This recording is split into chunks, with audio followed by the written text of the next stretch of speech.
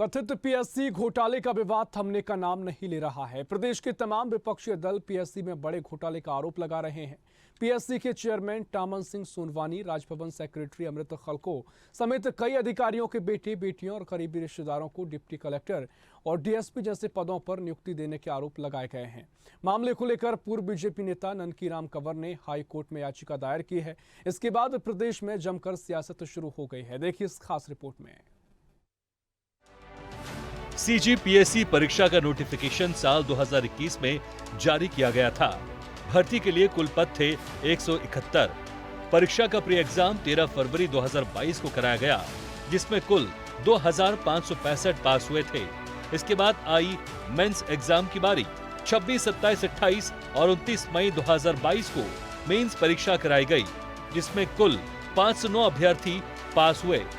11 मई 2023 को परीक्षा का फाइनल रिजल्ट जारी हुआ। 170 अभ्यर्थियों का इसमें फाइनल सिलेक्शन हुआ।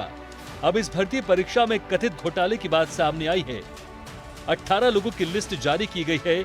अब आरोप लगाए जा रहे हैं कि मेरिट लिस्ट में पीएससी चेयरमैन के रिश्तेदारों और कांग्रेस पार्टी के नेताओं के करीबियों का सिलेक्शन हुआ है। प्रदेश के पूर्व बीजेपी नेता ननकीराम कंवर ने हाई कोर्ट में याचिका दायर कर भर्ती पर रोक लगाने की बात कही है। वहीं सीजीपीएससी चयन को लेकर लगाई गई याचिका पर आज उच्च न्यायालय में सुनवाई हुई और नाराजगी जाहिर की गई। उधर सीएम कह रहे हैं कि अधिकारियों के रिश्तेदारों की भर्ती हुई है। इसमें कोई आरोप तो लगा नहीं है, लेकिन इसमें भी कोई गाइड आता है तो जांच करने के निर्देश देकर जांच करा लेंगे। भारतीय जनता पार्टी के नेता ही ननकीराम कंवर जी कोर्ट गए हैं और कोर्ट के जो आदेश है उसका हम लोग पालन करेंगे।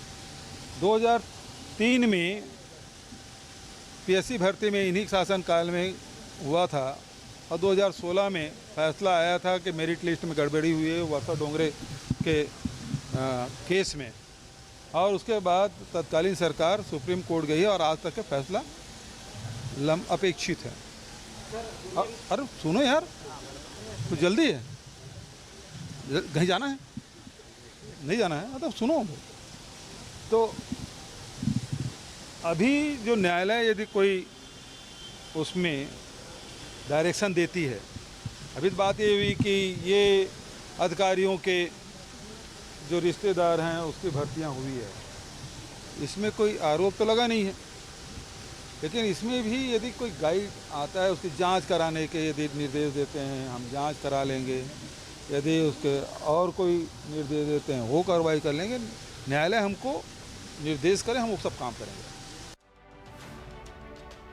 इधर सीजीपीएससी की भर्ती परीक्षाओं में बीजेपी की तरफ से लगातार गड़बड़ी के दावे किए जा रहे हैं।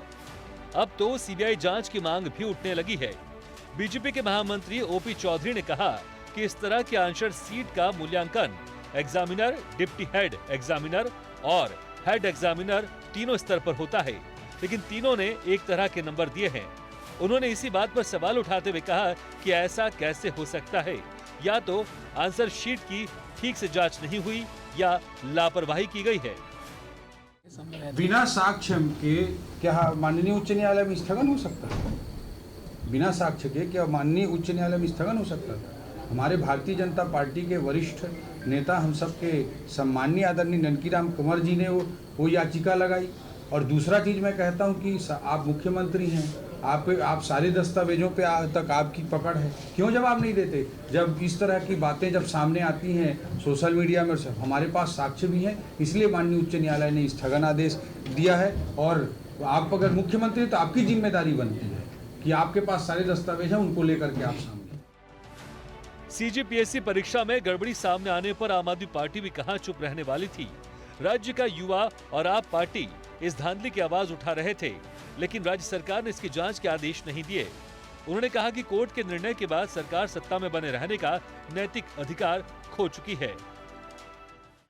सीजीपीएससी को लेके हाई कोर्ट के वर्डिक्ट के बाद भी प्रदेश सरकार का चुप रहना और भूपेश जी का पिछले कुछ समय पहले दिया गया बयान या आप सबूत दो मैं कार्रवाई करूंगा, और वर्डिक्ट के बाद भी चुप रहना प्रदेश सरकार और भूपेश बघेल जी को संदेह के घेरे में खड़ा करता है। आम आदमी पार्टी उन 18 प्रत्याशियों के लिए हाई कोर्ट जज या अलग अलग पार्टियों द्वारा नामांकित आईएएस के द्वारा उनका सार्वजनिक रूप से एग्जाम लेने, उनका इंटरव्यू लेने का डिमांड करती है। साथ में उन सारे 18 बच्चों का पहली क्लास से लेके मास्टर डिग्री तक का एकेडमिक जो है वो सार्वजनिक करने का डिमांड करती है। उससे भी बहुत कुछ सच सामने आएगा कि बच्चा अचानक डीसी में कैसे सेलेक्ट हो गया, क्योंकि वो वहाँ भी एकेडमिक उनका खराब निकलेगा, ये हमारा वादा है। वहीं विपक्ष के आरोपों पर कांग्रेस उन्हें मुद्दा विहीन बता रही है। उनका कहना है कि भाजपा संवैधानिक संस्था को बदनाम करने की साजिश कर रही है। मुद्दा विहीन भारतीय जनता पार्टी छत्तीसगढ़ में संवैधानिक संस्था को बदनाम करने की साजिश में लगी हुई है। लोक सेवा आयोग के ऊपर में गड़बड़ी के कोई आरोप नहीं है, सिर्फ भारतीय जनता पार्टी के नेता बयानबाजी करते हैं।